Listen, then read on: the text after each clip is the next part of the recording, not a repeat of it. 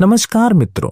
आज हम बात करेंगे जीवन के उस महत्वपूर्ण नियम की जिसे हमारे प्राचीन आर्षि मुनियों ने सदियों पहले समझा था। कभी खाली मत बैठो। क्या आपने कभी सोचा है कि हमारे प्राचीन ज्ञान में छिपे हैं वे अनमोल रत्न जो आज के आधुनिक युग में भी हमारा मार्गदर्शन कर सकते हैं? हिमालय की गोद में ध्यान मग्न बैठे संत हो या फिर जंगलों में तपस्या करते अर्षे, उनके जीवन से हमें सीखने को मिलता है सफलता का वह मंत्र जिसे आज का व्यस्त संसार भूलता जा रहा है। मित्रों, जब भी जीवन में हताशा आती है, जब कदम डगमगाते हैं, जब लक्ष्य दूर नजर आते हैं, तब याद कीजिए हमारे उन महान संतों को जिन्होंने कठिन से कठिन परिस्थितियों में भी अपना धैर्य नहीं खोया। उन्होंने अपने जीवन का एक एक पल सार्थक कार्यों में लगाया, कभी खाली नहीं बैठे। वे जानते थे कि निरंतर प्रयास और समर्पण ही सफलता की कुंजी है। आज का यह वीडियो आपके जीवन को बदल सकता है, क्योंकि इसमें छिपे हैं सफलता के वे 10 अनमोल नियम जिन्हें हमारे प्राचीन संतों ने अपने जीवन में उतारा था। इन नियमों को अपनाकर न जाने कितने लोगों ने अपने जीवन में अद्भुत परिवर्तन देखे हैं। क्या आप भी अपने जीवन में वह चमत्कारिक बदलाव चाहते हैं?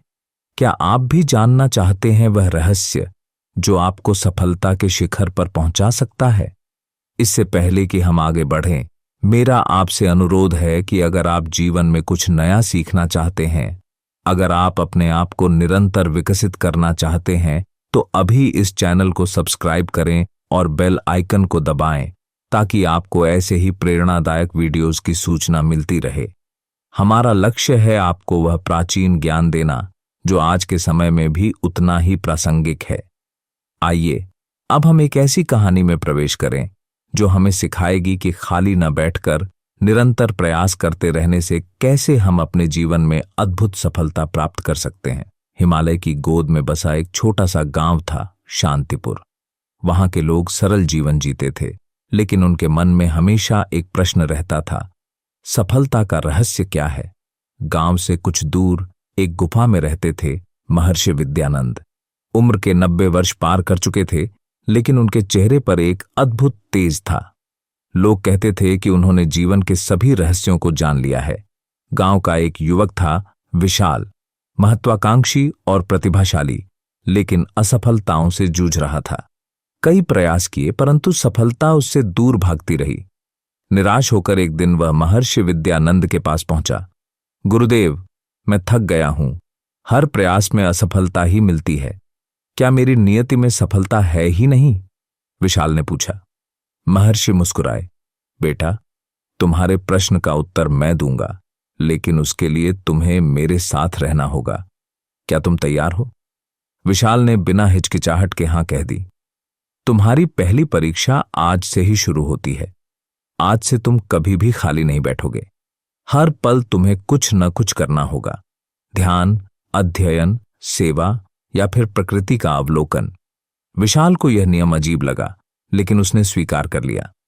पहले दिन से ही महर्षि ने उसे कई कार्य सौंपे। सुबह जल्दी उठना, ध्यान करना, गुफा की सफाई, जड़ी बूटियां इकट्ठा करना, शास्त्रों का अध्ययन और फिर संध्या के समय प्रार्थना। कई दिन बीत गए। विशाल थकान महसूस करने लगा। एक दिन उसने महर्षि से कहा, गुरुदेव, मुझे थोड़ा आराम चाहिए। मैं बिना कुछ किए बैठना चाहता हूं। महर्षि ने गंभीरता से कहा, विशाल, तुम नहीं समझे। खाली बैठना मृत्यु के समान है। प्रकृति में देखो, कोई भी पल स्थिर नहीं है। नदी बहती रहती है, पेड़ बढ़ते रहते हैं, पक्षी उड़ते रहते हैं। स्थिरता में जीवन नहीं, गतिशीलता में जीवन है। पहला नियम, निरंतर गतिशील रहो। महर्षि ने विशाल को पास बैठाया और समझाया, सफलता का पहला नियम है निरंतर गतिशील रहो। यह केवल शारीरिक गतिशीलता की बात नहीं है, बल्कि मानसिक, भावनात्मक और आध्यात्मिक स्तर पर भी गतिशील रहने की बात है। उन्होंने एक कहानी सुनाई। प्राचीन काल में एक राजकुमार था। वह बहुत आलसी था। एक दिन एक संत उसके महल में आए। उन्होंने देखा कि राजकुमार दिन भर पलंग पर ही पड़ा रहता है। संत ने उसे एक कमल का बीज दिया और कहा, इसे एक तालाब में बो और देखो क्या होता है। राजकुमार ने ऐसा ही किया। उसने देखा कि बीज से एक अंकुर निकला जो धीरे धीरे बढ़कर कमल का फूल बन गया। संत ने फिर कहा, अगर यह बीज भी तुम्हारी तरह आलसी होता और अंकुरित होने का प्रयास ही नहीं करता, तो क्या यह इतना सुंदर फूल बन पाता? राजकुमार को अपनी गलती समझ में आई और वह एक कर्मठ राजा बना। विशाल ने इस कहानी से सीखा कि जीवन में गतिशीलता का क्या महत्व है। वह हर रोज सुबह ब्रह्म मुहूर्त में उठने लगा और अपना हर पल सार्थक कार्यों में लगाने लगा। दूसरा नियम, ज्ञान का अर्जन करो। कुछ दिनों बाद महर्षि ने विशाल को अपने पास बुलाया और कहा, अब तुम्हें सफलता का दूसरा नियम समझना होगा। ज्ञान का अर्जन करो। बिना ज्ञान के कोई भी कार्य अधूरा है। उन्होंने विशाल को प्राचीन ग्रंथों का अध्ययन करने के लिए कहा। विशाल ने पूछा, गुरुदेव, इतने सारे ग्रंथ हैं, मुझे कहां से शुरू करना चाहिए? महर्षि ने जवाब दिया, जैसे चींटी अनाज का एक एक दाना इकट्ठा करती है, वैसे ही तुम भी हर दिन थोड़ा थोड़ा ज्ञान इकट्ठा करो। धीरे धीरे तुम्हारा ज्ञान भंडार बढ़ेगा। विशाल ने इस नियम को अपनाया। वह हर दिन थोड़ा थोड़ा ज्ञान इकट्ठा करता था। दिन कुछ नया सीखने का प्रयास करता, कभी प्रकृति से, कभी ग्रंथों से और कभी महर्षि के अनुभवों से। उसे समझ में आने लगा कि ज्ञान ही वह शक्ति है जो जीवन के हर क्षेत्र में सफलता दिलाती है।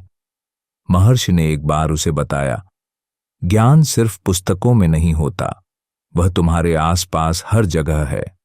प्रकृति में, लोगों के अनुभवों में, यहां तक कि तुम्हारी असफलताओं में भी। सच्चा ज्ञानी वह है जो हर स्थिति से सीखता है। तीसरा नियम, धैर्य रखो। एक दिन विशाल ध्यान करते करते अधीर हो गया। महर्षि ने उसकी अधीरता को भांप लिया और उसे सफलता का तीसरा नियम समझाया, धैर्य रखो। धैर्य के बिना कोई भी महान कार्य संभव नहीं है। महर्षि ने कहा, एक वृक्ष एक दिन में नहीं बढ़ता, उसे वर्षों लगते हैं। वैसे ही सफलता भी धीरे धीरे आती है। उन्होंने विशाल को एक व्रत देते हुए कहा, अगले 1 महीने तक तुम एक पत्थर पर बूंद बूंद पानी डालोगे, एक ही जगह पर। देखो क्या होता है। विशाल ने यह व्रत स्वीकार किया। शुरू शुरू में उसे यह काम बेकार लगा, लेकिन वह नियमित रूप से करता रहा। 1 महीने बाद उसने देखा कि पत्थर पर जहां वह पानी डालता था, वहां एक छोटा सा गड्ढा बन गया था।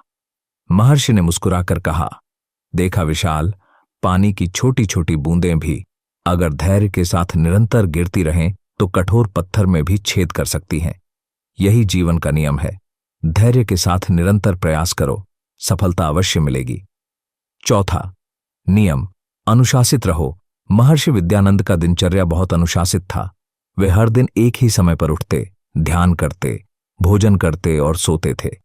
एक दिन विशाल ने पूछा, गुरुदेव, आप इतने अनुशासित क्यों रहते हैं? महर्षि ने जवाब दिया, विशाल, सफलता का चौथा नियम है, अनुशासित रहो। अनुशासन जीवन की नींव है। जिस प्रकार एक नदी अपने तट के अनुशासन में रहकर ही समुद्र तक पहुंचती है, उसी प्रकार मनुष्य भी अनुशासन के मार्ग पर चलकर ही अपने लक्ष्य तक पहुंचता है। उन्होंने विशाल को एक कहानी सुनाई।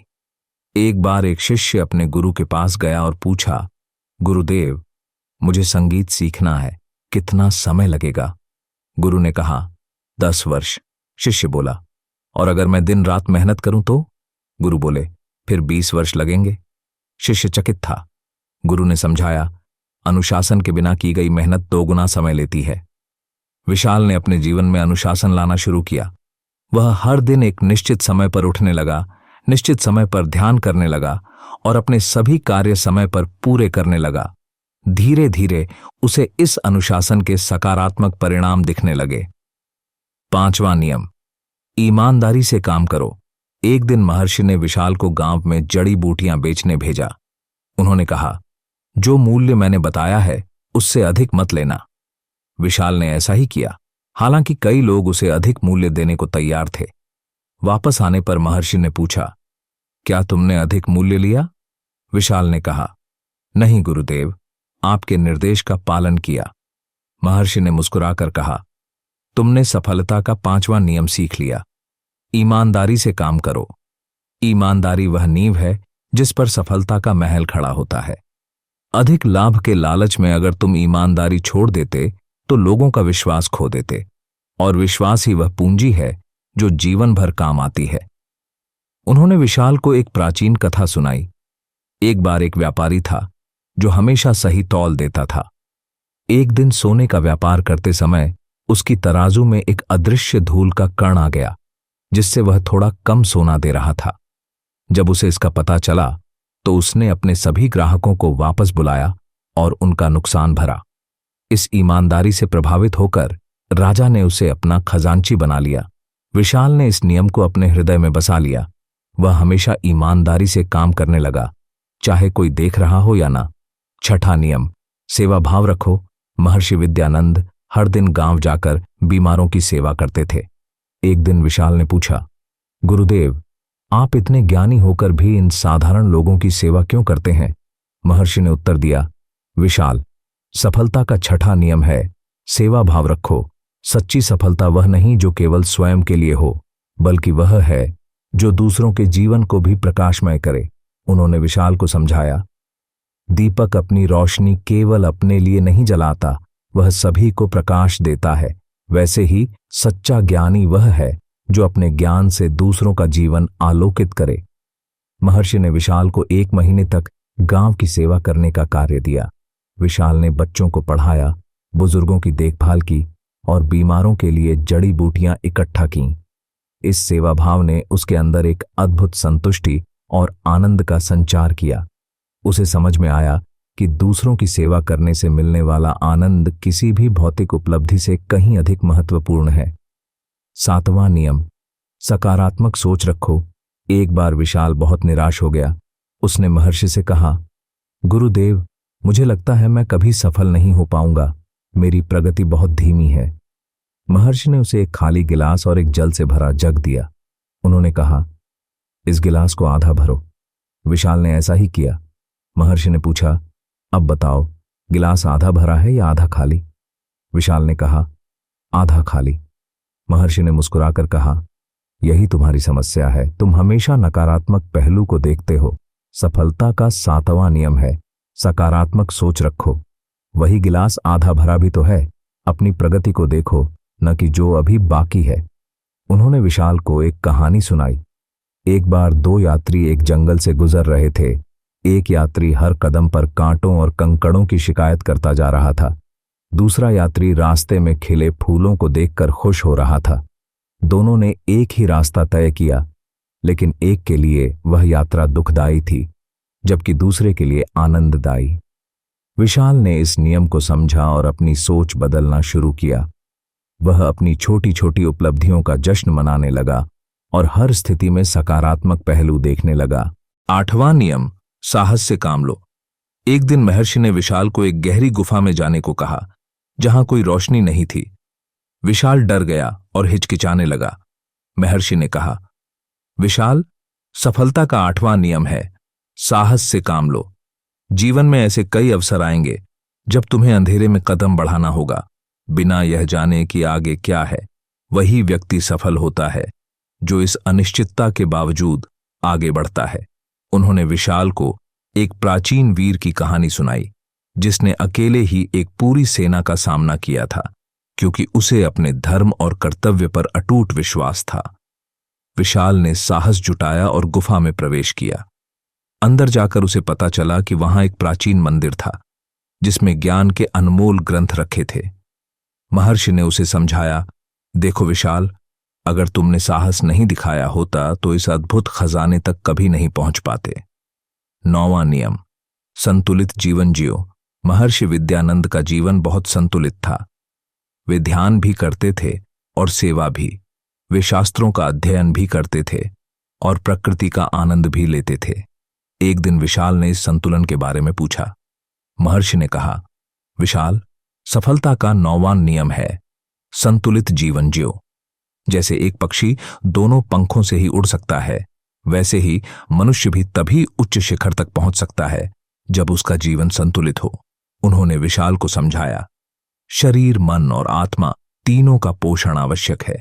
केवल शारीरिक श्रम या केवल बौद्धिक चिंतन या केवल आध्यात्मिक साधना, इनमें से किसी एक पर अत्यधिक जोर देने से जीवन असंतुलित हो जाता है। विशाल ने अपने जीवन में इस संतुलन को लाना शुरू किया। वह शारीरिक श्रम के साथ साथ अध्ययन और ध्यान भी करता। कभी कभी वह प्रकृति की गोद में बैठकर उसकी सुंदरता का आनंद लेता। इस संतुलन ने उसके जीवन में एक अद्भुत सामंजस्य ला दिया। 10वां नियम, कभी हार मत मानो। 1 वर्ष बीत गया।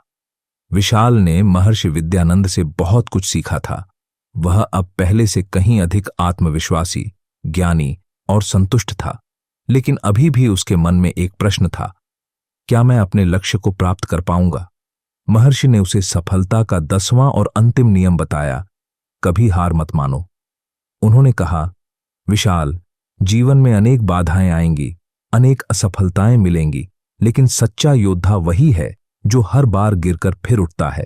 याद रखो, अंतिम सांस तक हार नहीं माननी है। महर्षि ने विशाल को महाभारत के अर्जुन की कहानी सुनाई, जिसने अपने लक्ष्य से कभी मुंह नहीं मोड़ा, चाहे कितनी भी कठिनाइयां आईं। विशाल, अब तुम तैयार हो। तुमने सफलता के 10 नियम सीख लिए हैं। अब वापस जाओ और अपने सपनों को साकार करो। विशाल गांव लौटा। उसने अपने सीखे हुए 10 नियमों को अपने जीवन में उतारा। 1, निरंतर गतिशील रहो। 2, ज्ञान का अर्जन करो। तो धैर्य रखो। 4, अनुशासित रहो। 5, ईमानदारी से काम करो। 6, सेवा भाव रखो। 7, सकारात्मक सोच रखो। 8, साहस से काम लो। 9, संतुलित जीवन जियो। 10, कभी हार मत मानो। धीरे धीरे उसका जीवन बदलने लगा। उसने अपने गांव में एक पाठशाला खोली, जहां वह बच्चों को न केवल शिक्षा बल्कि जीवन के इन महत्वपूर्ण नियमों के बारे में भी सिखाता। उसकी पाठशाला का नाम फैलने लगा। दूर दूर से लोग उसके पास सीखने आने लगे। कुछ वर्षों बाद महर्षि विद्यानंद उसकी पाठशाला देखने आए। उन्होंने देखा कि विशाल न केवल एक सफल शिक्षक बन गया है, बल्कि उसने हजारों लोगों के जीवन को भी बदल दिया है। महर्षि ने मुस्कुराकर कहा, विशाल, तुमने न केवल स्वयं सफलता प्राप्त की है, बल्कि दूसरों को भी सफलता का मार्ग दिखाया है। यही सच्ची सफलता है। विशाल ने गुरु के चरण स्पर्श किए और कहा, गुरुदेव, यह सब आपकी शिक्षाओं का ही प्रताप है। आपने मुझे जीवन का सबसे महत्वपूर्ण सबक सिखाया। कभी खाली मत बैठो। इसी एक नियम ने मेरे जीवन की दिशा बदल दी। महर्षि विद्यानंद ने कहा, विशाल, अब तुम अपनी पाठशाला में इन शिक्षाओं को और अधिक लोगों तक पहुंचाओ। याद रखो, ज्ञान बांटने से बढ़ता है। आज भी हिमालय की गोद में बसे उस छोटे से गांव में विशाल गुरुकुल के नाम से एक विशाल संस्थान है, जहां हजारों विद्यार्थी आते हैं और सफलता के इन 10 नियमों को सीखकर अपना जीवन संवारते हैं। प्रिय मित्रों, यही सफलता के वे अनमोल नियम हैं जिन्हें हमारे प्राचीन ऋषि मुनियों ने हमें दिया है। इन नियमों को अपने जीवन में उतारिए और देखिए कैसे आपका जीवन बदल जाता है।